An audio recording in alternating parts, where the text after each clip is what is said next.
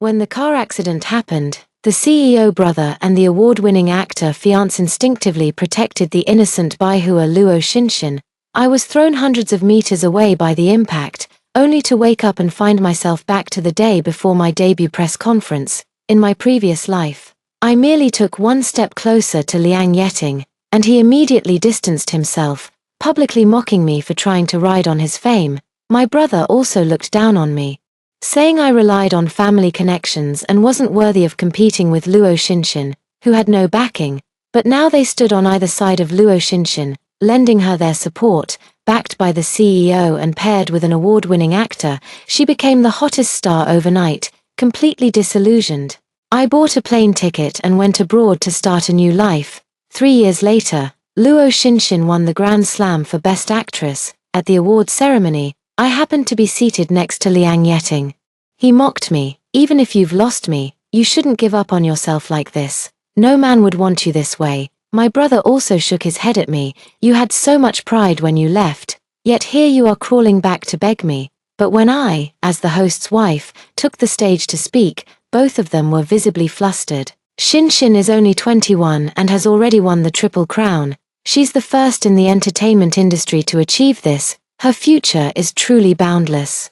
Rumor has it she's about to get engaged to the award-winning actor Liang Yeting, a perfect match between beauty and talent. It's like a fairy tale couple. Not so fast. Xu Yangju of the Xu Group has booked all the helicopters in the city, preparing a grand confession for Shinshin. Who she'll choose is still up in the air. The award ceremony venue was buzzing with voices. Just as I found my seat and turned around, I happened to see the aloof and noble Liang Yeting, noticing I had taken my seat. He showed a hint of surprise before quickly revealing disdain in his eyes. Don't sit here. I'm a bit puzzled and asked, why? Liang Yeting raised his proud head, extremely impatient. Today I'm going to confess to Shinshin, and with you sitting next to me, I'm afraid she might misunderstand. Why did you have to come back at this exact time? I glanced down at the invitation card in my hand, but before I could speak, I was interrupted by a reporter beside me. Mr. Liang, there are rumors that you're proposing to Miss Luo Shinshin today. Is it true? Could you give us some details? The swarm of reporters blocked me completely, and Liang Yeting's voice sounded playful. It's a secret. These two words were even more ambiguous than a direct confirmation, sending the reporters into an uproar. Amidst the commotion, a few sharp-eyed journalists began scrutinizing me. A young girl wearing a red hat blurted out, "Isn't this the Xu family heiress who used to pester actor Liang?" Back then, I heard she was so desperate to chase love that she insisted on debuting alongside him, even spending a fortune to partner with the actor. Then she suddenly disappeared. Why is she here today? Could it be that she knows about Liang's confession today and refuses to give up? Coming here to continue pursuing love. As soon as she finished speaking, all the cameras and gazes focused on me. Facing the dark lenses of the cameras, I simply smiled faintly and waved my hand. It's a misunderstanding. I have nothing to do with the things you're talking about. I'm just here by invitation to attend the event. Liang Yeting snorted coldly beside me. Stop pretending. You deliberately arranged the seat next to me. Who doesn't know what schemes you're plotting? He turned to look at me, his voice stern. I'm warning you one more time. If you dare do anything to hurt Shinshin, I won't go easy on you again. Screams erupted from the crowd. And Liang Yeting's words were fully captured by the cameras. The reporter in the red hat sounded thrilled, the best actor fiercely protecting his wife. This is huge news. We're witnessing true love. Before I could even refute it, my hand was suddenly yanked hard. Xu Yanxi, who told you to come here? The familiar voice belonged to my half-brother, Xu Yangju. His grip on my wrist was tight, his expression dark. This isn't the place for your nonsense. Come with me. A sharp pain shot through my wrist, and I instinctively struggled. I came here for serious business. Don't you dare touch me. My resistance only further infuriated Xu Yangju. Do you think I don't know what's on your mind? I warned you long ago. Love can't be bought with money. Are you really going to make the same mistake again? Stop embarrassing our Xu family. He paid no attention to my strapless mini dress being torn nearly to the point of exposure, nor did he care about the countless cameras capturing me freely. You could act out before, and I let you, but not today. This honor was earned through Shinshin's tremendous efforts. I don't want it ruined by anyone. Yanxi, Be sensible and stop making a scene, okay?" Meeting his nearly bloodshot eyes, a dull pain surged in my chest. He's clearly my brother.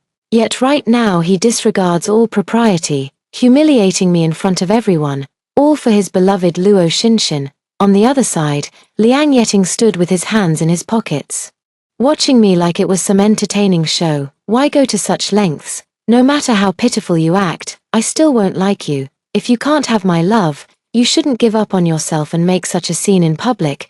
No man will ever look at you again. Her clothes had already been pulled up to her chest, but her brother still didn't let go. Instead, hearing Liang Yeting's words only fueled his determination further. "If you don't want to be humiliated, leave here now."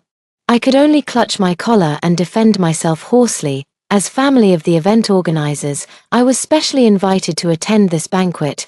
"None of you have the right to kick me out." After these words were spoken, everyone froze momentarily. Family of the organizers. The host of this ceremony is none other than the renowned Jinghai tycoon Fu Jingxing. His multinational trade empire spans the globe with countless assets. Truly a formidable figure, but I heard that Mr.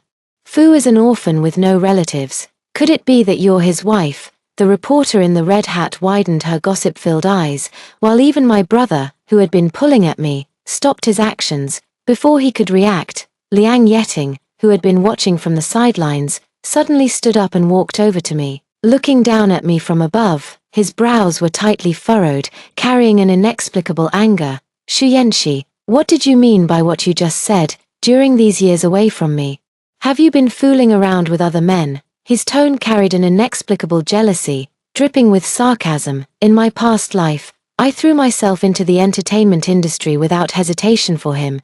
Struggling through hardships just to keep up with his pace, he suffered massive investment losses. And it was I who sold the shares my parents left me, exhausting all my resources to help him. Thus, he agreed to my courtship and became engaged to me. I had thought my sincerity moved him, but little did I know he was only deceiving me for my money, to fund Luo Shinshin's movie, a billion-dollar production, tailor-made for Luo Shinshin. When I discovered it, he simply justified himself shamelessly, saying, "She has potential, she just needs an opportunity." How could someone privileged like you understand the struggles of a small-time actor? I must help her.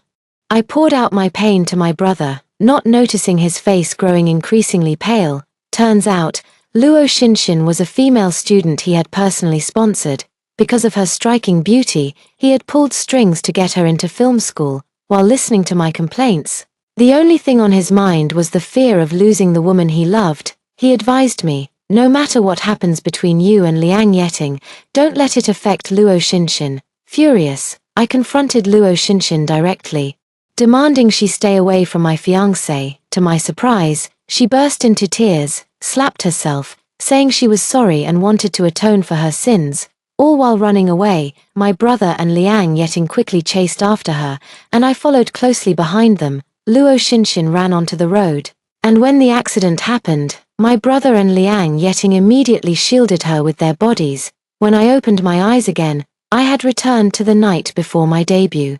My brother urgently notified the staff overnight to change my debut press conference into one for Luo Shinshin. Liang Yeting also dressed up formally, solely to support Luo Shinshin.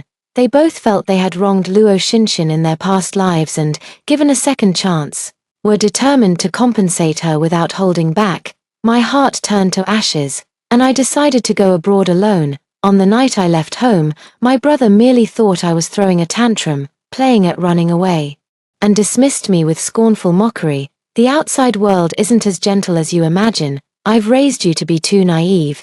It's time you went out and experienced hardship. Only then will you understand how difficult Shinshin had it before, and you won't keep targeting her in the future." I left for 3 years.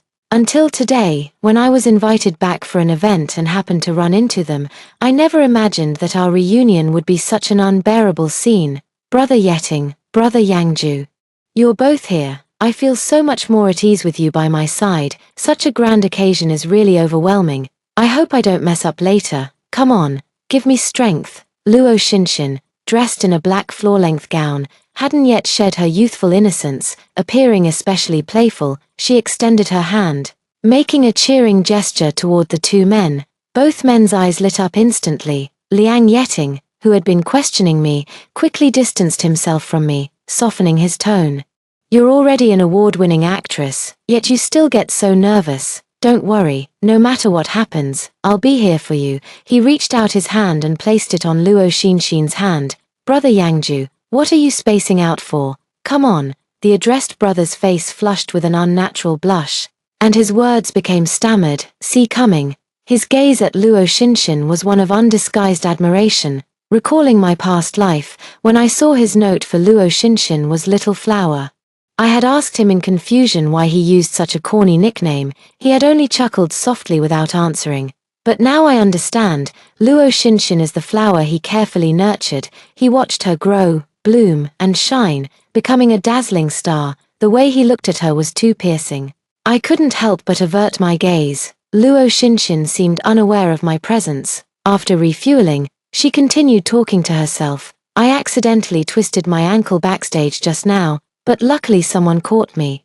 She deliberately turned her delicate profile toward the reporter's cameras. After thanking him, I realized he was actually the mysterious investor, Fu Jinghang from Jinghai. He said I was his first leading lady at the banquet. She lowered her head shyly, her smile as picturesque as a painting, eliciting cheers from the crowd. As expected of our superstar, effortlessly winning over the tycoon of Jinghai, seems like another man is about to fall under Sister Xinxin's spell.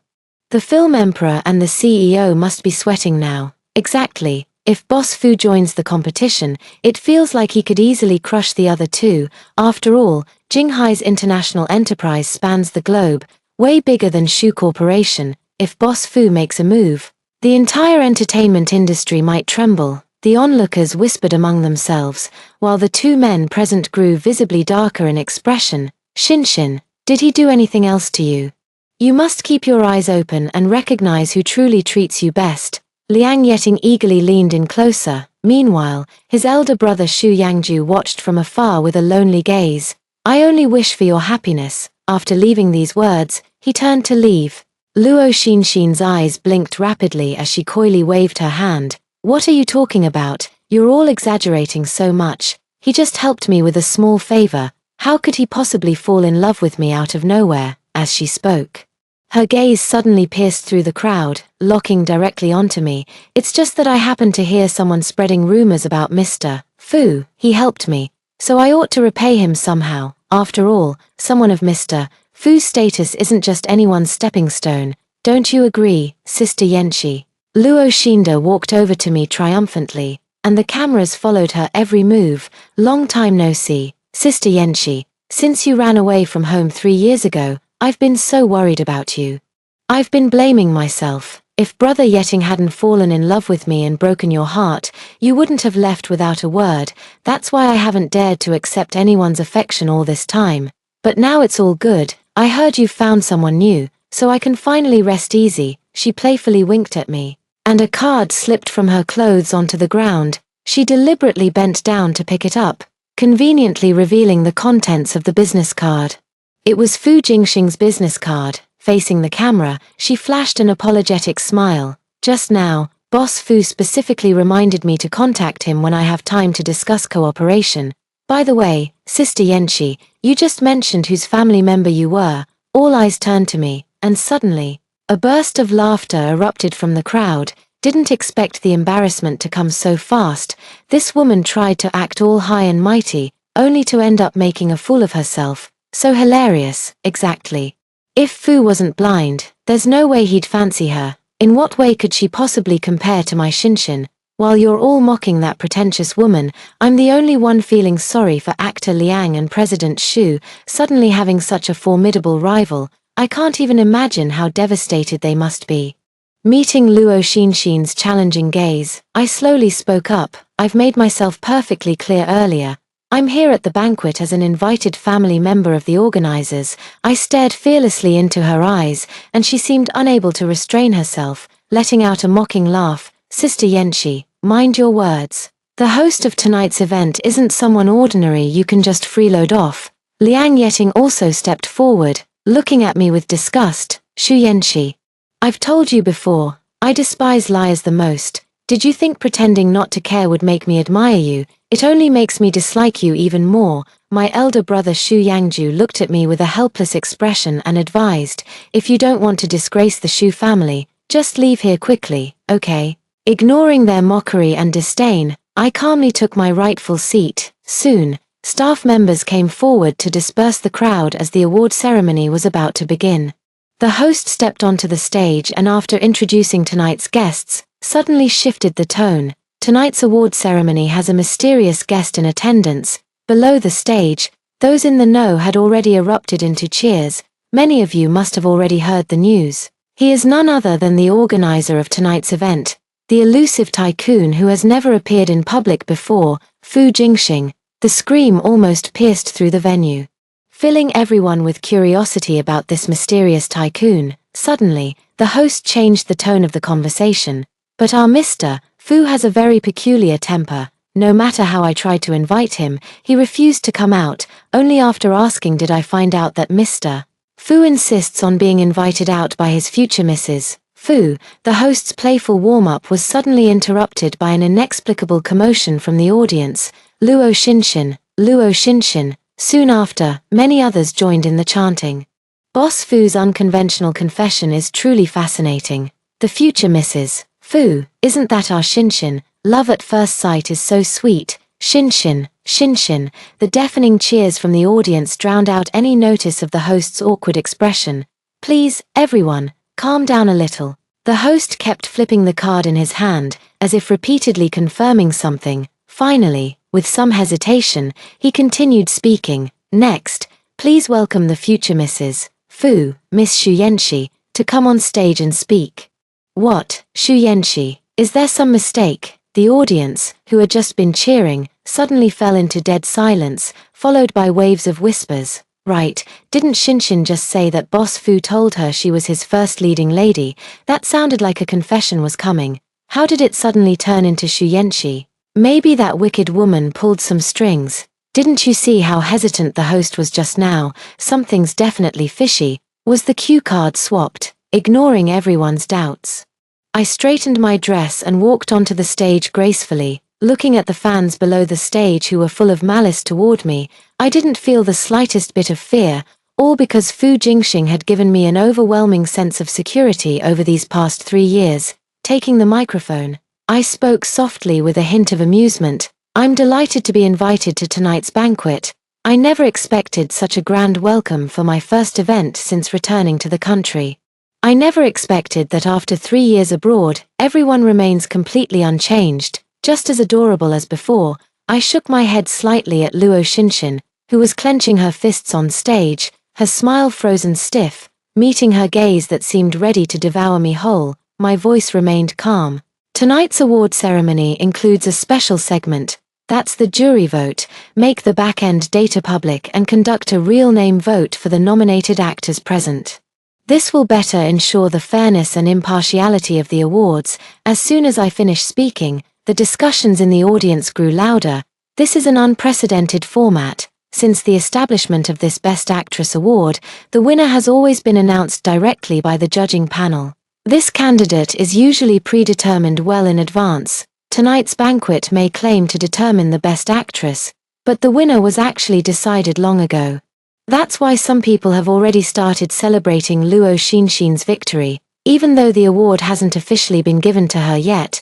But if the voting method were changed to live voting now, the predetermined candidate could very likely be replaced. Luo Xinshin couldn't sit still any longer, but to maintain her composure, she gritted her teeth and extended her hand, being the first to start applauding. The media quickly captured her action. "Oh my, Xinshin is so magnanimous. Even though this situation clearly disadvantages her, she doesn't seem to care at all and was the first to applaud. That's because Xinshin's talent is strong enough. No matter how the rules change, I believe she'll be the one to win the award in the end." Support Xinshin. "It's obvious this woman is stirring up trouble.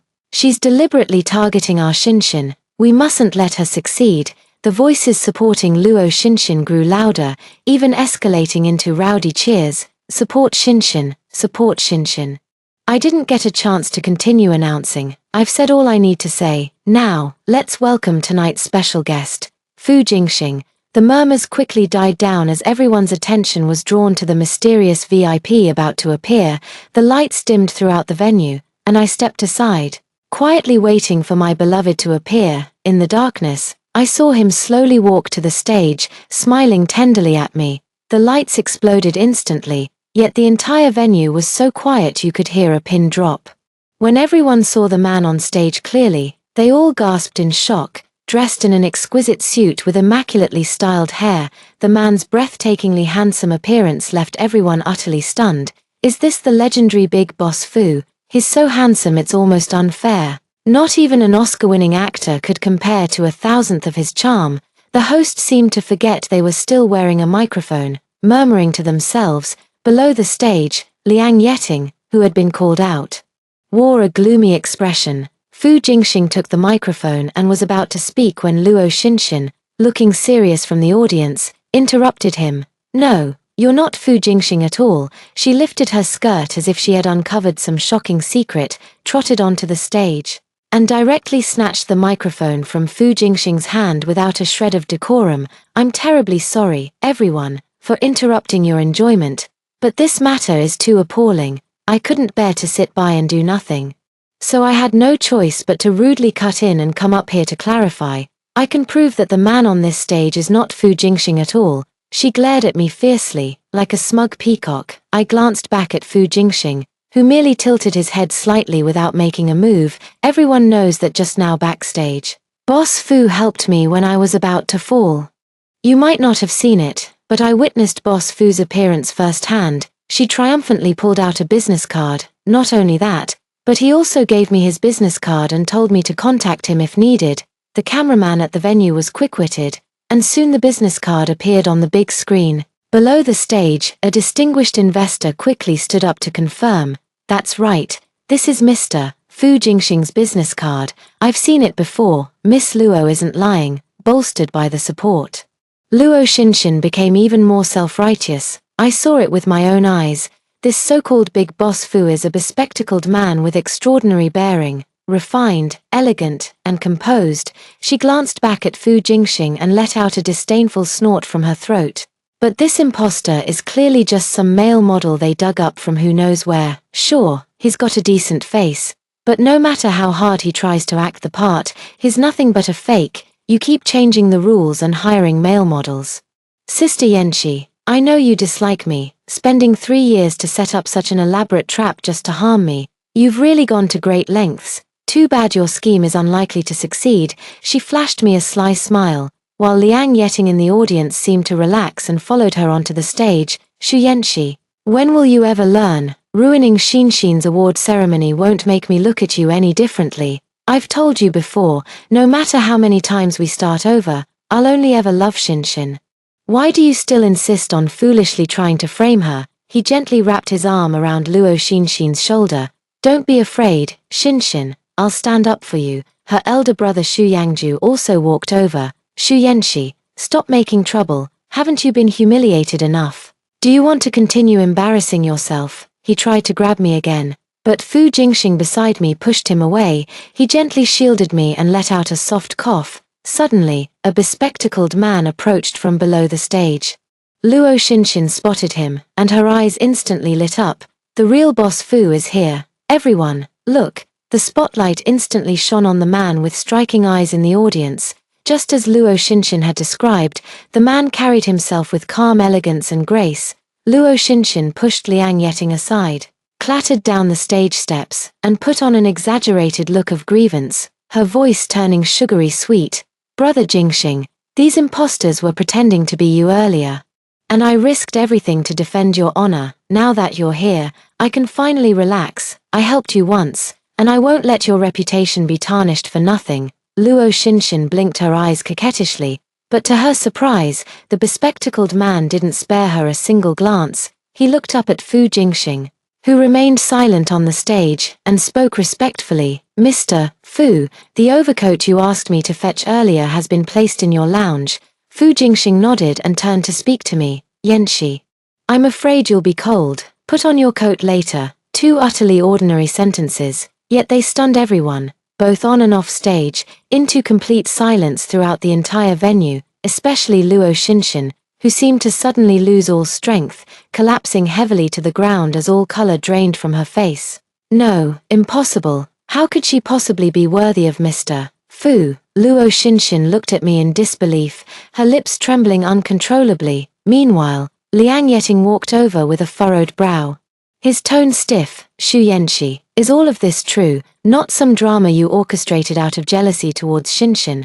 I couldn't help but laugh out loud. Liang Yeting, haven't you sobered up yet? A trace of sadness seeped through his brows. Are you really with this man? You said you'd love only me and wait for me forever, didn't you? Were you lying to me? He seemed inexplicably pained, but I just felt disgusted. In my past life, I who loved him to the extreme did indeed beg him in agony. I told him, wait for me a little longer, I'll become better, one day, I'll be worthy of you, I'll only love you in this lifetime, whenever you turn back, I'll always be here. From the moment he debuted, I've been wholeheartedly devoted to him, his most loyal fan. When he was sidelined and targeted, it was me fighting desperately with votes to help him overcome the difficulties. Perhaps because I witnessed his pain firsthand, I invested too much emotion in him. In my eyes, he was the superstar I had nurtured step by step. For him, I resolutely abandoned my own career and plunged into the entertainment industry, just to get a little closer to him. But once he soared to fame and became an award-winning actor, he immediately drew a clear line between us. You're just a fan to me. Please don't cross the line. It wasn't until I saw with my own eyes him holding Baihua Luo Shinshin as they boarded his private van, only then did I finally understand that no matter how hard I try, I can never bridge the gap between him and me. Yet now, he actually has the audacity to accuse me. Xu Yanxi, if you can't keep your promises, then don't make them carelessly. I've told you before, I despise liars the most. He helped Luo Shinshin up and glared at me fiercely. If you knew the truth all along, why did you stay silent? Just because you hated me for not loving you, you had to embarrass Shinshin like this. The accusation was particularly harsh, utterly shameless. All of this is your fault. You're truly despicable. Even the usually well-mannered Fu Jingxing beside me clenched his fists. After 3 years together, I knew better than anyone how gentle this man's temper was. After giving up and flying abroad, I returned to my old profession and became a psychologist. It was through this opportunity that I met Fu Jingxing, who was suffering from severe depression. Beneath the mysterious exterior, he was merely a young man driven to despair by the entanglements of family strife. His fine upbringing left him ill-equipped to navigate the foul and bloody arena of fame and fortune. Yet the pressures from his family offered no escape. Under such weight, he lost the ability to be happy. On the surface, he was decisive and ruthless. In private, he leaned into my embrace, asking me again and again, what should I do? I stayed by his side, guiding him step by step, helping him out of his predicament. He trusted me unconditionally, treating me as his life mentor. Now that I'm being humiliated, he merely raises his hand slightly, and the security guards swarm forward. When Liang Yeting was being dragged away, he struggled in disbelief. On what grounds are you touching me? Tonight is Xinshin's event. Without me protecting her, she'll definitely be bullied. Fu Jingxing, you've misjudged the person. You have no idea what a vicious woman stands beside you. She's trash I discarded, yet you treat her like treasure. Your judgment is truly lacking. With just a glance from Fu Jingxing, the bodyguard followed them out. I know Liang Yeting won't have an easy night tonight. Meanwhile, Luo Shinshin, still lying on the ground, seemed unwilling to give up. I made a mistake earlier, but my intention was only to stand up for you. I know you're a good person, so I was afraid someone might exploit your reputation to bully others. After all, this woman by your side is notoriously infamous. Back then, she framed me multiple times for Liang Yeting's sake. And the worst incident was when she tried to lure me into a foreign scam ring. I'm lucky to be alive after escaping death, and now I'm clinging to you. You must be very careful. She's a venomous woman. She gazed at Liang Yeting with utmost sincerity in her eyes. Though not a single word she spoke was true, her demeanor was exceptionally genuine. It suddenly dawned on me. Liang Yeting was right when he said she had a talent for acting. How could someone who lies so blatantly without batting an eye not be considered talented? It's a shame that such talent has all turned to naught today. Luo, but I've had people investigate, and the truth seems to differ somewhat from what you've said. How is it that in my investigation records, none of the situations you mentioned appear at all? On the contrary, I've uncovered quite a bit of dirt about you. Fu Jingxing held my hand, his voice dripping with disdain. Luo Xinxin opened her mouth but said nothing, as if suddenly remembering something. At that moment, my brother Xu Yangju suddenly stepped forward. Enough, Yanxi, haven't you caused enough trouble by now? You know perfectly well why those things couldn't be investigated. Even without evidence, you know whether you've done them or not. With someone backing her up again, Luo Xinxin suddenly regained her confidence. That's right, Xu Yanxi, don't pretend you don't know. We all understand better than anyone why there's no evidence, but you harmed me. That's undeniable. I let out a cold laugh. Who harmed whom? The guilty party knows best. In her previous life, Luo Xinxin always saw me as her enemy. She once tricked me into entering a nightclub, creating massive scandals while tarnishing my innocence. Then, when I returned home in despair, she spread rumors that I was begging the Xu family to use their capital to cover up for me. In my moment of despair, I once asked her why she treated me this way. Looking down at me condescendingly, she said, I look down the most on people like you, second-generation heirs who effortlessly enjoy such privileged lives despite having no real skills. Everything I possess was earned through my own struggles. You're merely a stepping stone for my ascent. It's your privilege to be used by me. She looked down on me, treating me as cannon fodder, endlessly belittling and using me as her contrast group to highlight herself. But in my past life, I was too foolish. My heart and mind were solely consumed by romance. I threw caution to the wind, abandoned everything, and placed all my hopes on Liang Yeting. I longed for him to heal me, but reality dealt me a heavy blow in this lifetime. I gave up everything just to live my own life well, yet I never expected they still wouldn't let me go. Yanxi, are you really going to disobey your brother's words now? Today is the most important day in Xinxin's career.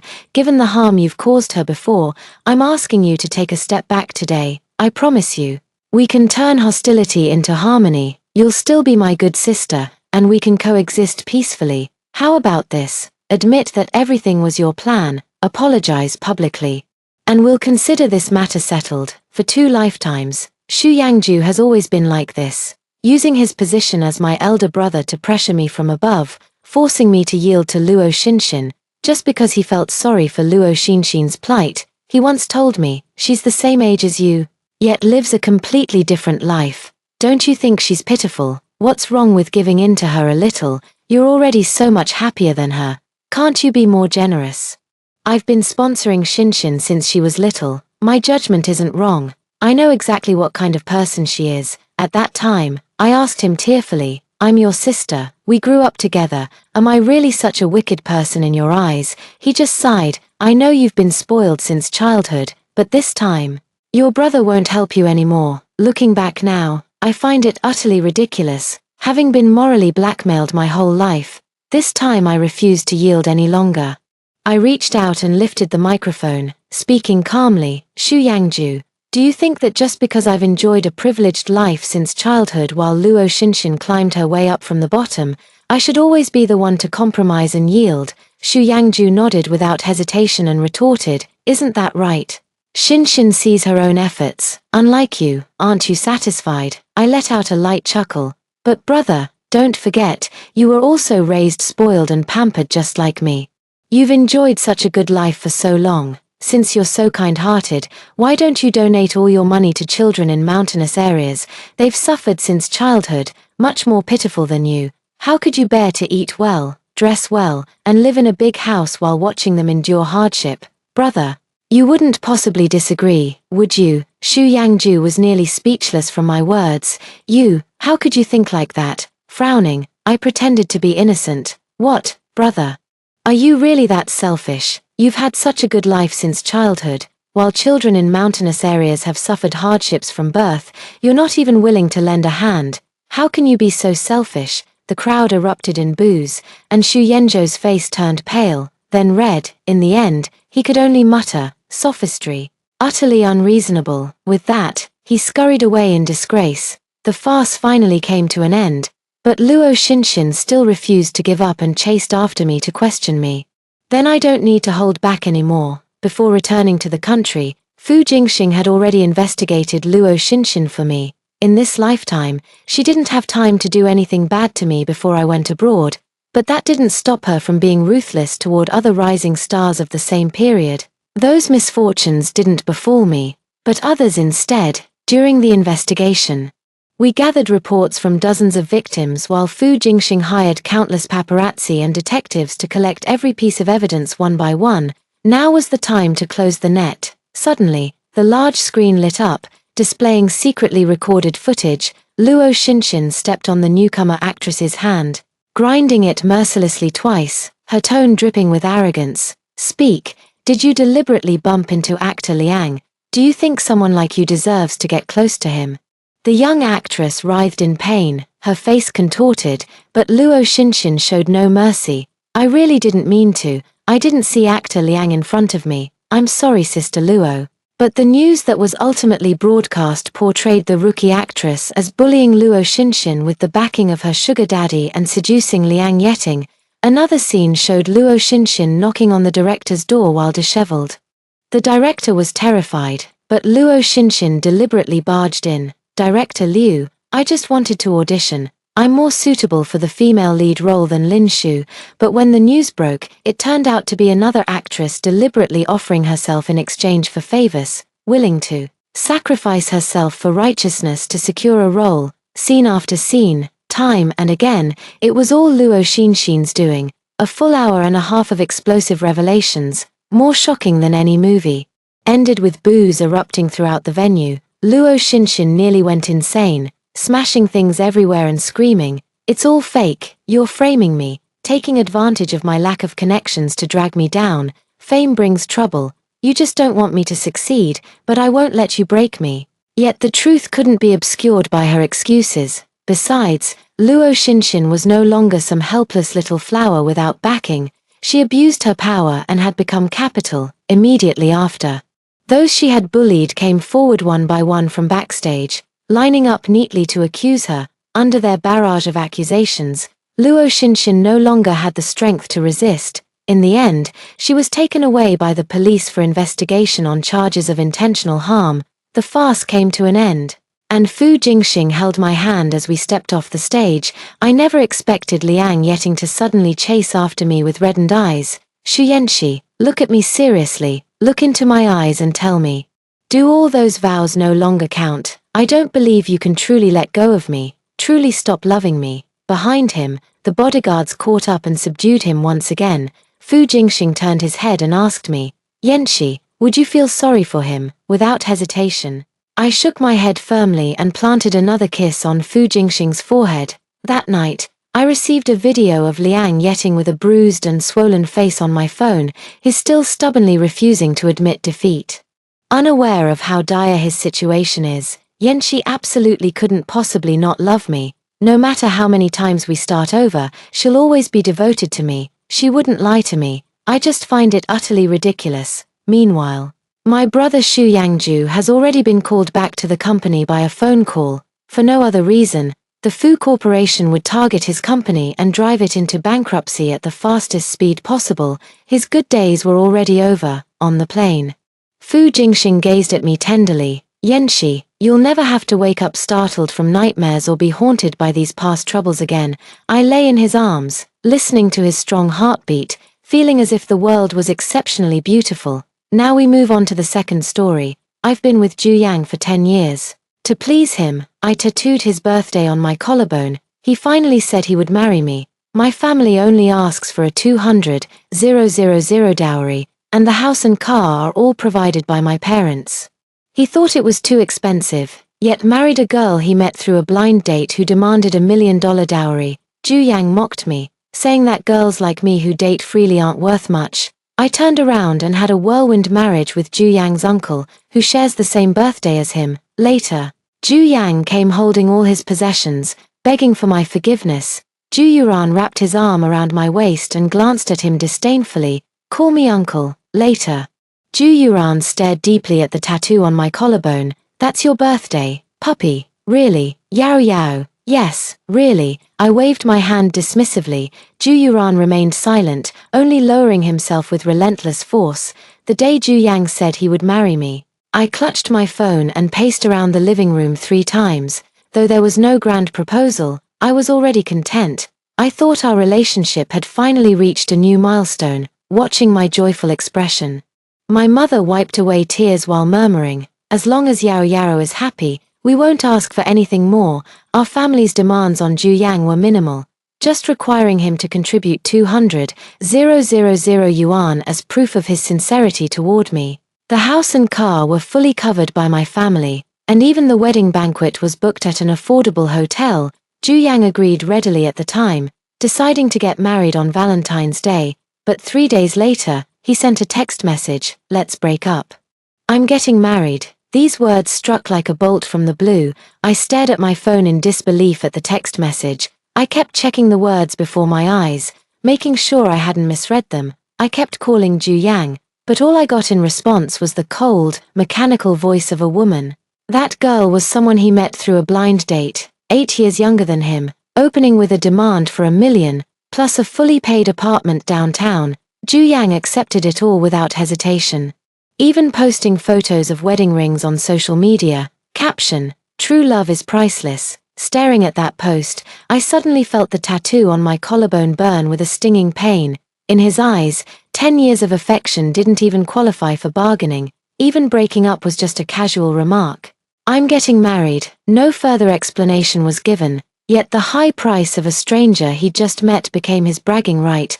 That night, I curled up in a corner of the bar. My fingertips traced the tattoo of his name over and over, the alcohol burning my eyes until they stung.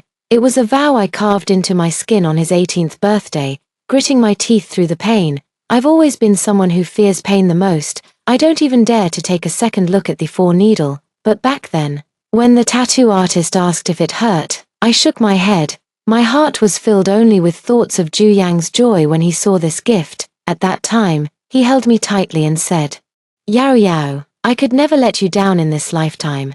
But now this tattoo is like an out-of-season item, forever etched into my body, deep into my bones." Over 10 years, the tattoo on my collarbone has faded into a faint bluish gray, just like Ju Yang's name. It has become an indelible scar within my body. 10 years is enough time for a young man to mature, from naive ignorance to charismatic charm.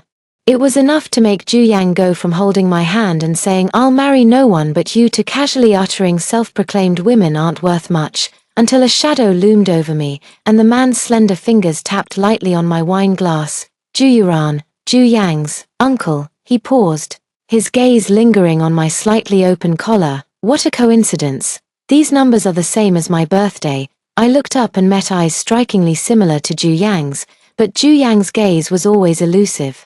Like sand slipping through fingers, Ju Yuran's pupils were deep and profound, as if they could swallow all light and draw people in. He is Ju Yang's uncle, born on the same year, month, and day as Ju Yang, but he broke ties with the Ju family early on and built his own business empire from scratch, rising as a new tycoon in the business world. I looked up at him, his sharp features softened into a scholarly illusion by gold-rimmed glasses.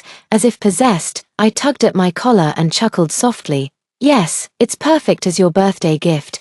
Ju Yuran's eyes darkened slightly as the girl before him sparkled with starlight in her gaze. "Will you marry me?" He suddenly leaned down, his fingertip lightly tracing the tattoo on my collarbone. Today, right now, the scent of pine enveloped me, dispelling some of the bar's distinctive atmosphere and sobering me up considerably. Ju Yuran and Ju Yang share the same birthday, a coincidence that feels like fate's cruel joke. His towering figure blocked almost all the light before me, leaving only him visible in my sight. Although it was an aggressive posture, I didn't feel uncomfortable. Instead, it gave me a sense of reassurance. Fine, but my wedding must be 10 times more extravagant than Ju Yang's. Waking up with a hangover. I rubbed my throbbing head and absent-mindedly picked up the glass of honey water by the bedside to drink. The faint fragrance and honeyed sweetness slightly eased my discomfort. No, where did this honey water come from? It suddenly dawned on me that this wasn't my home. The bright red marriage certificate on the bedside table was glaring. The dark grey bed was neatly made, immaculate except for the slight wrinkles where I had slept. "You're awake." Ju Yuran entered with a plate of freshly cut fruit. The usually aloof person appeared exceptionally gentle at this moment, bearing no resemblance to his decisive demeanor in the business world. Memories from last night suddenly flooded my mind. Did I agree to Ju Yang's uncle's marriage proposal? My brain froze for a moment. I pulled the blanket back and curled myself between the pillows. Ju Yuran put down the plate and walked toward me. Sitting down, husband. Before the man could speak, I mustered up my courage and spoke. Ju Yuran was somewhat surprised and raised an eyebrow. The corners of his lips curled into an amused smile. Oh, I won't go back on my word, I quickly added. I looked directly at Ju Yuran, who was mere inches away from me, feeling my cheeks begin to flush subtly. This man's face is absolutely flawless. Even this close, not a single flaw can be found. Then can I fulfill my marital duties? Ju Yuran's attractive thin lips came closer and closer to mine, almost touching them.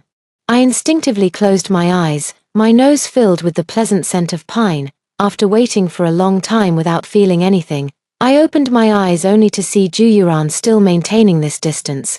But his eyes were filled with something I couldn't decipher. He continued to move closer, turning his head slightly. Gently kissing my eyes, he said hoarsely, "Honey, it's time to get up for breakfast." My face instantly turned bright red, and I buried my head under the blanket. I am a wedding dress designer. To wear the dress I made myself and appear before Ju Yang on Valentine's Day. I've pulled several all-nighters, all just so he could see me at my most beautiful. But now, the unfinished wedding dress resembles the incomplete ending between Ju Yang and me. Is anyone there? A sudden voice interrupted my contemplation. The newcomer looked very young, charming, and adorable, with a man beside her carrying several shopping bags. Welcome.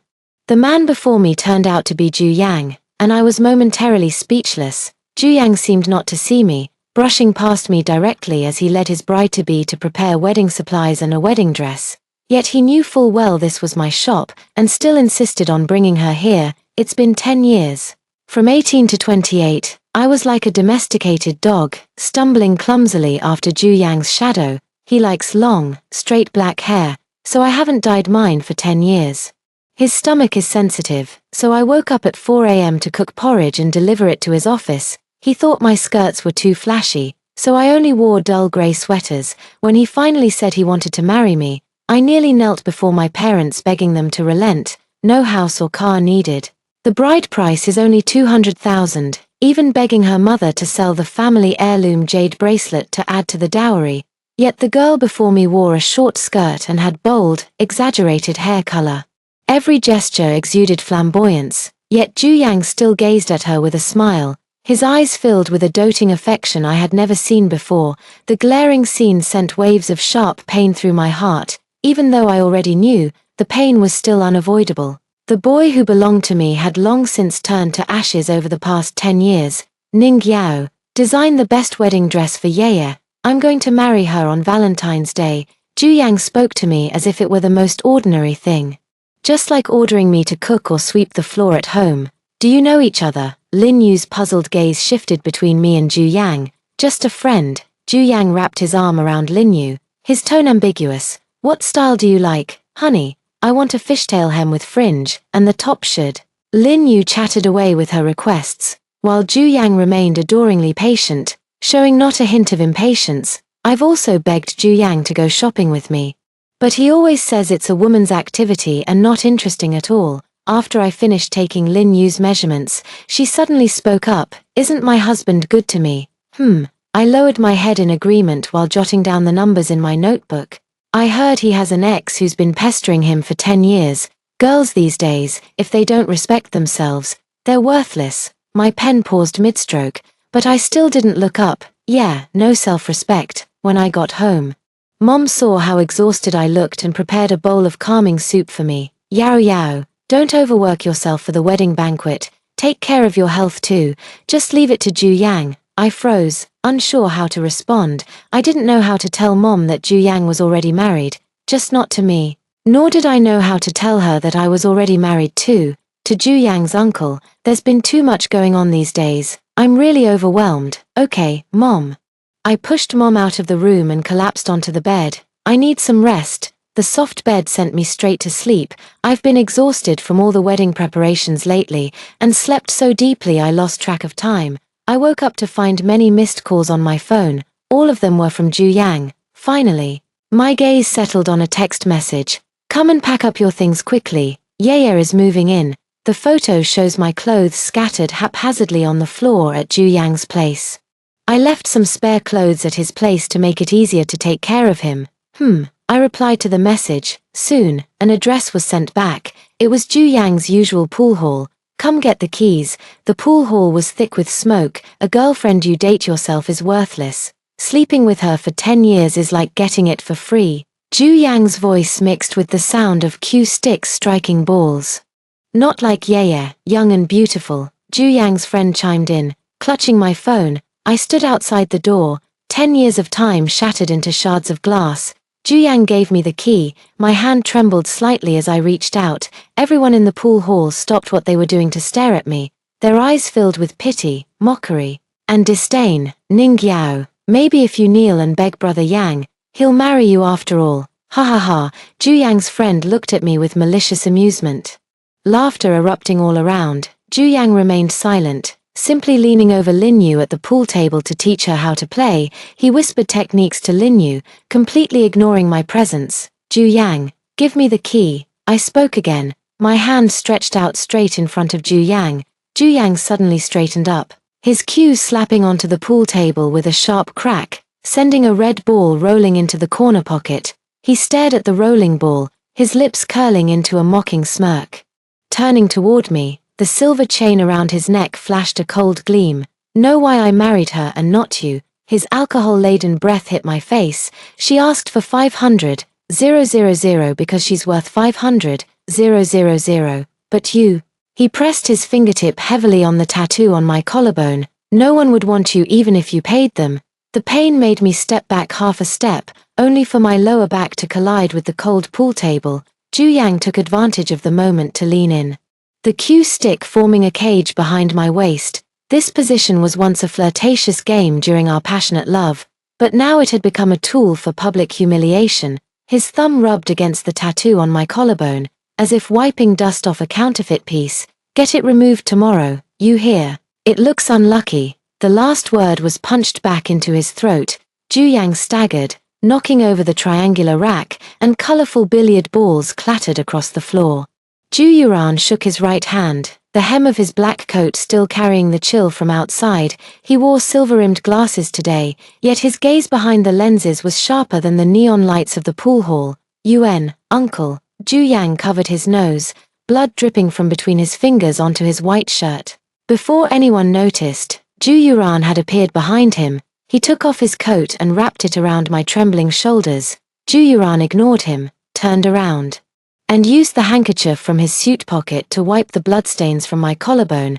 The warmth of his fingers seeped through the silk, burning into my skin. Uncle, what do you mean? Ju Yang struggled to get up. This is between Ning Yao and me, now it's my business. Ju Yuran pulled out a dark red marriage certificate from his inner pocket and flicked it onto the pool table with 2 fingers. The golden double happiness character on the cover reflected light under the neon sign. Like a slap across Ju Yang's face, in the dead silence, Ju Yuran wrapped his arm around my waist and led me toward the door. After returning home, Ju Yuran suddenly pressed me against the car seat and kissed me deeply. His lips brushed over my blood-stained collarbone, leaving red marks on the tattoo. Plum blossoms bloomed one after another across my chest. I tilted my head back, forced to endure. Ju Yuran's grip on my wrist was so tight it felt like he wanted to melt me into his body. It hurts.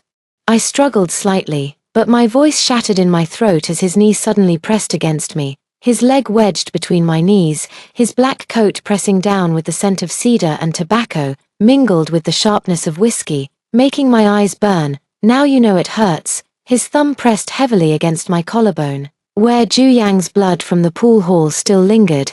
Why didn't you curse when Ju Yang humiliated you? I tilted my head to avoid his touch. Ju Yuran pinned me against the floor-to-ceiling mirror. His body temperature was scorchingly hot, yet his lips pressed coldly against my collarbone. His thumb traced the tattoo on my collarbone as if polishing a dusty counterfeit. Go wash it tomorrow, you hear me, it's bad luck.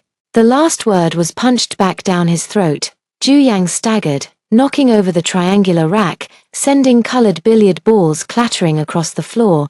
Ju Yuran shook his right hand. The hem of his black coat still carrying the chill from outside. He wore silver-rimmed glasses today, but the gaze behind the lenses was sharper and colder than the neon lights of the pool hall. Little uncle. Ju Yang covered his nose, blood dripping from between his fingers onto his white shirt. At some point, Ju Yuran appeared behind me. He took off his coat and wrapped it around my trembling shoulders. Ju Yuran ignored him, turning instead to wipe the blood from my collarbone with a handkerchief from his suit pocket. The warmth of his fingers seeped through the silk, burning into my skin. What do you mean, uncle? Ju Yang struggled to get up. This is between Ning Yaro and me, now it's my business. Ju Yuran took out a dark red marriage certificate from his inner pocket and flicked it onto the pool table with 2 fingers. The golden double happiness character on the cover reflected under the neon lights. Like a slap across Ju Yang's face, in the dead silence, Ju Yuran wrapped his arm around my waist and led me toward the door. After returning home, Ju Yuran suddenly pinned me down in the car and kissed me deeply. His lips brushed over my blood-stained collarbone, leaving red marks on the tattoo. Tiny plum blossoms bloomed on my chest, one after another. I tilted my head back, forced to endure. Ju Yuran's grip on my wrist was so tight it felt like he wanted to meld me into his body. It hurts. I struggled slightly, but my voice was shattered in my throat by his knees suddenly pressing against me. He wedged one leg between my knees, his black overcoat pressing down with the scent of cedar and tobacco, mingled with the sharpness of whiskey, making my eyes burn. Does it hurt now? His thumb pressed heavily against my collarbone, where Ju Yang's blood from the pool hall still stained my skin. Why didn't you curse when Ju Yang humiliated you? I turned my head away, avoiding his touch. Ju Yuran pinned me against the floor-to-ceiling mirror. His body temperature was scorchingly hot, yet his lips pressed coldly against my collarbone. That's your birthday, puppy. As if possessed, I blurted out those words. His movements froze abruptly, and a storm instantly brewed in his eyes. Really, Yao Yao. He gripped my waist with such force it felt like he might crush my bones. My reflection in the mirror showed disheveled long hair. The tattoo on my collarbone rising and falling with each panting breath, like a vicious wound. Ju Yuran suddenly turned fierce, biting that patch of skin and muttering indistinctly, "Liar, it hurts," but this pain paled in comparison to even a fraction of what I felt when Ju Yang turned away. I tilted my head back, staring at the swaying crystal chandelier on the ceiling. The tears sliding from the corners of my eyes scalding hot. The neon lights of the pool hall cast shadows over Ju Yang's head, his grip on the cue tightening until veins bulged and his knuckles turned white from exertion. Lin Yu leaned against the pool table with a coquettish laugh, chatting about gossip with her friends. Her freshly manicured nails scraped along the rim of the cocktail glass, producing a grating screech. The sound suddenly reminded him of 10 years ago, when Ning Yaro crouched in the kitchen of his rented apartment, using her chipped nails to painstakingly scrape burnt kanji from the bottom of the pot. Back then, Ning Yaro's cooking skills were very unrefined. She couldn't even make the simplest porridge without burning the bottom. To cheer Ning Yaro up, I would always gulp down the burnt porridge in one go. Later, Ning Yao's cooking skills improved without her realizing it, and she never burned anything again. Brother Yang, it's your turn to break. The urging of his dubious friends drifted over with the smell of cigarettes, but Ju Yang stood frozen in place, unmoving. When Lin Yu approached in her stilettos, he caught the overpowering scent of black opium perfume on her. The fragrance made his temples throb, hazily reminding him of Ning Yao, who always loved sneaking sprays of his cologne, saying the blend of cedar and lime reminded her of a summer night's first kiss. Yang, what do you think of this diamond ring? Isn't it pretty? Lin Yu shoved her phone right in front of his eyes, the 24-carat diamond on the screen nearly filling the entire display. All my friends wear this kind. Ju Yang suddenly stood up, the pool cue clattering loudly against the floor tiles. What are you doing? Lin Yu was startled. Ju Yang finally snapped out of it, steadied himself, and quickly comforted Lin Yu, pointing at the dazzling diamond ring flashing on his phone. Buy it, just like this one. Ju Yang and Lin Yu's wedding was scheduled for Valentine's Day, with the ceremony to be held at the hotel Ju Yang and I had agreed upon for our own wedding. Everyone was laughing and celebrating the happy couple. Ju Yang, dressed in formal attire, warmly greeted the guests, no longer the reckless young man he once was. At this moment, Ju Yang clutched his stomach with a pained expression, his stomach weakened by years of social engagements. He had even been hospitalized for gastric bleeding. And after that incident, I moved into his home to take care of him. Every day, I cooked different meals for him, and only after nearly half a year of dietary therapy did his condition finally show some improvement. Judging by his current complexion, it seems there might be some relapse. But that has nothing to do with me, isn't this Miss Ning? A sharp female voice pierced through the eardrums as Lin Yu, unknowingly when, approached with her bridesmaid entourage, she twirled holding the hem of her dress. The floor-length fishtail gown shimmering under the lights, the dress you designed is beautiful and suits me perfectly. Yang says marrying me is truly his blessing. Lin Yu smiled and waved her hand, the ring on her finger glinting under the lights, dazzling me slightly. Suddenly, my mind flashed back to 8 years ago, to that youthful boy by my side, back when Ju Yang was struggling financially. To buy me a Valentine's Day gift, he took on several part-time jobs and saved money for a long time. He barely managed to afford a plain ring, presenting it to me like a treasure. The cautious anticipation shining in his eyes is something I remember to this day. Later, whenever Ju Yang and I argued, I would touch the plain ring on my finger. Thinking of Ju Yang from that time still makes my heart soften. Subconsciously, I touched the plain band on my ring finger, empty, only feeling the faint imprint left by years of wearing a ring. Come to think of it, I threw the ring into the river the very night he said he was getting married, letting it sink along with my love. When he saw me, he was already on his 10th drink, his face slightly flushed. Ju Yang drained the glass of wine in one gulp, his eyes somewhat vacant. He sauntered over with champagne in hand, toying with Lin Yu's fingers without sparing me much of a glance, casually remarking, "The invitation was Ye's insistence. She said old things ought to find their rightful place." As withered petals fluttered onto the tips of my shoes, the MC suddenly announced loudly, "Bride, please toss the bouquet to the single ladies." Lin Yu's hand, painted with crimson nail polish, froze right before my eyes. "Miss Ning, come to the center," she said with a light chuckle behind her hand. "After all, you could use some of my bridal luck." The bouquet of roses and baby's breath came flying at me with a gust of wind, and I instinctively raised my hands to shield myself. But then I heard Ju Yang's mocking laugh. "Ye throws really accurately." The words were abruptly cut off as the bouquet was intercepted by a pair of slender, well-defined hands just 3 inches from my face. Suddenly, I was pulled into a broad embrace, and the familiar scent made me feel completely at ease. Ju Yuran flipped the bouquet into the champagne tower, and in the instant the bouquet was submerged in the wine, he tossed the bouquet into the air, and it landed by Lin Yu's skirt. Splashing yellow wine stains, "It's ruined." The entire room fell into dead silence. Ju Yuran pulled out the marriage certificate, its embossed gold seal pressing down on both our names, the date unmistakably matching the day Ju Yang sent out the invitations. The champagne glass in Ju Yang's hand shattered instantly, blood mixing with alcohol as it dripped down. Drip, drip. The venue fell silent in an instant, and after a long pause, Ju Yang finally spoke. "Uncle, jokes should have their limits." "It's not a joke. Ju Yuran is my husband." I broke free from Ju Yuran's embrace and shielded him behind me. "We're already married and have the marriage certificate. By rights, you should call me aunt." Ju Yuran raised an eyebrow as he looked at me standing protectively in front of him, his eyes glinting with amusement. "You've improved." Ju Yuran's deep voice sounded beside my ear, sending tingles down my spine and making my legs feel weak.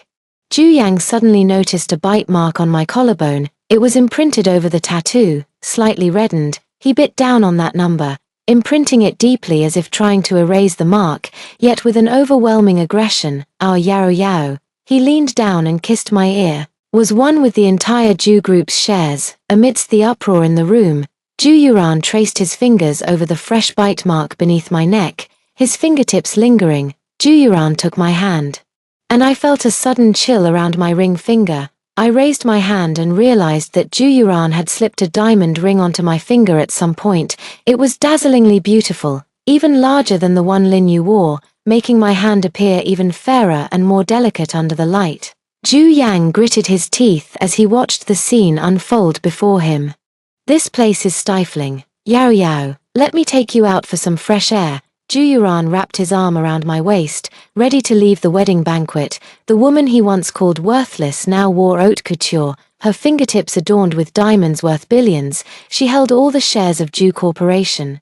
Ju Yang's eyes burned with fury as he pointed at Ju Yuran's retreating figure and cursed loudly. Trash picking up second-hand goods, Ju Yuran gave a signal. And suddenly many black-clad bodyguards rushed out. They lifted Ju Yang up, forcing him to kneel on the ground. I didn't say a word, walked straight up to Ju Yang, and slapped him across the face. The sound was crisp and clear, a decade of youth, 200,000 in betrothal gifts, all shattered in that single, crisp sound. Ju Yuran clapped behind him, as if applauding a perfect theatrical performance. Ju Yang staggered into the bathroom, where the man with the crooked tie in the mirror overlapped with his confident, younger self from 10 years ago. Ning Yao used to smooth out every wrinkle for him on nights like these, but now the frayed threads at his cuffs remain unmended. Why did you deliberately provoke Ju Yang?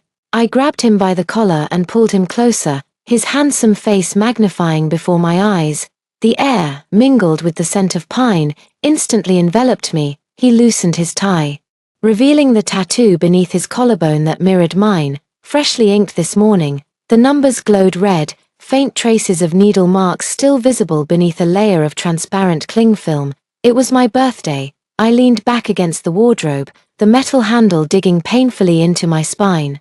Ju Yuran lowered his head, drawing closer to me until the air grew thin. You said you wanted to see him trampled by the person he despised most. His kiss cut off the end of my sentence. The kiss carried the metallic tang of blood and the bitterness of whiskey. His hand gripped my waist, pulling me closer to him, our bodies pressed tightly together, the locker room mirror reflecting our entwined figures. The face of his wristwatch gleamed a cold blue in the dim light, its second hand ticking in sync with my pulse. I want to hear the truth. Breathing slightly heavily, I turned my head and pushed him away, panting. He retreated half an inch, his nose brushing against my burning earlobe. Because I'm jealous that he had 10 years with you. The scalding breath made my ears tingle with numbness.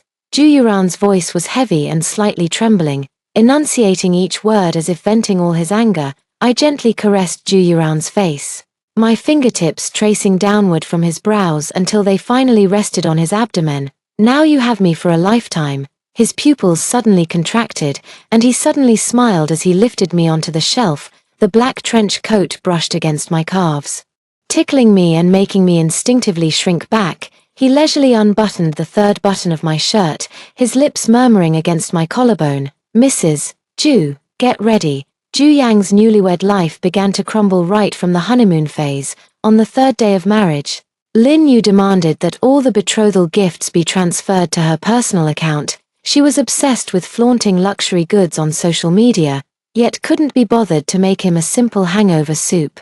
Returning home late from a business dinner, Ju Yang collapsed onto the cold, empty living room carpet, found Lin Yu livestreaming herself unboxing her newly arrived Hermes package. On the kitchen stove sat a long cold takeout box, its grease congealed into waxy yellow clumps. He suddenly remembered a rainy night when he was working overtime. Ning Yao had waited in the office lobby for 4 hours, clutching a thermal container. When she lifted the lid, the yam and pork rib porridge was still bubbling hot, and now, as he crouched by the smart toilet retching, Lin Yu's coquettish complaints slipped through the door crack. Honey, this crocodile skin Birkin bag requires a purchase quota of 700,000. When Ju Yang pressed Lin Yu's reject button for the 37th time, the car radio was broadcasting a red typhoon warning. The windshield wipers swung frantically across the glass, but couldn't wipe away those stubborn water streaks. Like the lipstick stains Lin Yu always left on the leather seats, no matter how much care was taken, they would seep into the grain. As if possessed, he drove toward the old district, and by the time he realized it, the car was already facing that porridge shop glowing with warm yellow light.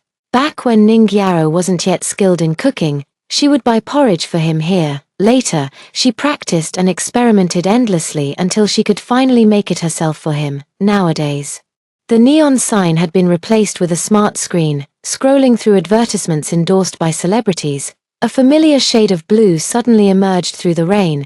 Liang Yao rushed into the kanji shop clutching an insulated box, her hood blown back by the wind to reveal hair cropped short at her ears. Zhu Yang's fingers dug sharply into the steering wheel. That long strand of hair he used to twirl around his fingers had long been cut off by Ning Yao, unable to bear such a life any longer. He filed for divorce with Lin Yu. When Lin Yu's lawyer's letter demanding divorce compensation arrived, Zhu Yang accidentally knocked over the cup Ning Yao had given him. He knelt on the ground, picking up the shattered glass piece by piece, only realizing his palms were bleeding when crimson lines appeared. Raindrops pounded against the window, and in a daze, he saw the 26-year-old Ning Yao crouching on the floor of their rented apartment, using glue. She carefully pieced back together the birthday gift he had given her, a cheap plaster couple figurine. Zhu Yang's tears fell abruptly, drop by drop. I slowly closed the cabinet door, the paper cranes in the glass jar rustling faintly. Those were folded by me during sleepless nights when Zhu Yang was starting his business. 999 in total. Now, each wing bears a date penned in ink, marking the 10 years we've misplaced. So what? Suddenly, Zhu Yang dropped to his knees. Trembling as he pulled out a velvet jewelry box, the 8-carat pink diamond sparkled brilliantly against the black velvet, yet it only made his current posture appear all the more ridiculous. This is what you said you liked in a magazine before. I searched everywhere, Mr. Zhu remembered wrong. Zhu Yuran's voice came from behind as he carried my forgotten knit cardigan and a bouquet of flowers. My wife was pointing at the magazine back then and said, growing this kind of rose requires acidic soil. She's always only been interested in things that can take root and sprout. The last time I saw Zhu Yang was when he waited outside my old apartment until 2 a.m., holding Zhu Yuran's black umbrella. I stepped out of the Bentley. Yao Yao. I was wrong. Rainwater streamed down his suit. I've divorced Lin Yu. Yao Yao. You deserve the best. I'll give you everything I have. And we can start over, Mr. Zhu. It was the first time I interrupted him with such distant formality. If a broken mirror dares to dream of being whole again, it must first kneel and swallow every last shard. Zhu Yang was speechless, momentarily unable to utter a sound. Zhu Yuran led me upstairs. It was only later that I learned Zhu Yang had stood outside my building the entire night. The last time Zhu Yang saw Ning Yao was at the scene of the old mansion's fire. Lin Yu set his house on fire in a fit of rage after he froze her account. Amid the roaring sirens of fire trucks, he frantically dug through the charred ruins. Finally, amidst the wreckage, he found half of a melted silver chain. Suddenly, the memory of Ning Yao squatting in front of the jewelry store counter, carefully comparing the price difference between gold and pure silver, became painfully vivid. Watch out! A familiar cry of surprise rang sharply in his ears. Zhu Yang turned around, just in time. Ning Yao lunged forward to shield the child who was nearly crushed by the falling beam. A few strands of her hair were singed at the ends, but she held the child tightly in her arms. Zhu Yuran strode over and wrapped an arm around her shoulder. As they bent down to check the child's injuries, Zhu Yuran's collarbone revealed a matching tattoo. Like symbiotic flowers, the moment the fire hose erupted in a torrential spray, Zhu Yang finally saw the truth behind this decade-long dream. He had lost the only girl who would wipe away his wine stains, remember his stomach medication dosage, and even choose hypoallergenic materials for silver chains. Yet he smugly believed he'd made the shrewd choice by picking the higher-priced counterfeit. Suddenly, he understood Ning Yao's words after she got her birthday tattoo all those years. Some marks take a lifetime to prove whether they're worth it. The most expensive thing was never the bride with a price tag, but the fool who was willing to grind her youth into gold dust to outline his future. End of main text. Zhu Yuran's perspective. The first time I saw Ning Yao was in the surveillance footage at the Zhu family's old mansion. That day, the old man was furious because Zhu Yang had once again spent the night at a hotel with dubious friends. I leaned back in the swivel chair of the surveillance room with a cigarette dangling from my lips, watching 18-year-old Ning Yao squat on the back kitchen steps on the screen, holding a bowl of steamed egg custard to coax the sulky Zhu Yang. Her neck was as slender as a willow branch in early spring, her collarbones still bare. Without that damned tattoo she'd get later, how long are you going to watch? The security captain asked, wiping sweat from his brow. I didn't answer, rewinding the footage to 3 minutes earlier, when Ju Yang had flipped over the porcelain bowl. The girl's first instinct was to reach out and catch the steaming egg custard. The broken porcelain shards cut her hand, blood droplets staining her pale blue skirt into a few crooked plum blossoms. Later, I rented an apartment across from her bridal shop. She always smiled at everyone, genuinely sharing their happiness for marriage. At this moment, I was wondering what she would look like wearing the wedding dress she designed herself, on the day we finally met face to face. I deliberately knocked over the chicken soup she had made for Ju Yang. When the scalding soup spilled onto my wrist, I saw her pupils shrink abruptly, just as they had when she caught the steamed egg custard years ago. Let me take you to the hospital. Her fingers trembled as she clutched the burn ointment. Yet she forced herself to appear composed. I stared at the unhealed needle marks near her collarbone and suddenly burst into laughter. It was 3 days after Ju Yang's birthday.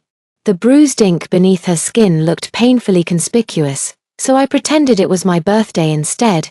The moment I truly decided to marry her was when I saw Ju Yang embracing Lin Yu while picking out wedding rings at the jewelry store. The rain poured relentlessly outside the glass window as Ning Yao huddled in the restaurant, clutching a stack of wedding plans. Her phone screen flickered intermittently, filled with unread messages all sent to Ju Yang. The topmost message read, "Don't drive in the typhoon. I've called a designated driver for you." When I found her, she was drowning her sorrows in alcohol, with 4 or 5 empty bottles scattered at her feet. I couldn't resist bringing up marriage, and the moment I said it, I regretted it, feeling like I was too impulsive. Fortunately, she was impulsive too and actually agreed to my proposal, but it still wasn't formal enough. I need to give Yao Yao a more grand proposal. The next morning, afraid she might be scared seeing me, I practiced outside the door for a long time how to bring it up. At the last moment before entering, I still clumsily asked if she wanted something to eat. Luckily, she didn't change her mind. On our wedding night, she was stumbling drunk. Yet she still remembered to replace my antidepressants with vitamins. By the time I came to my senses, I'd already pinned her down on the contract drafts scattered across the floor. Her wrist turned slightly purple from my grip. Yet she tilted her head up and bit my lower lip until it bled. "Juyuran, your heartbeat is so loud." Later, at the wedding, when Lin Yu tossed the bouquet, I watched her pale profile through the crowd.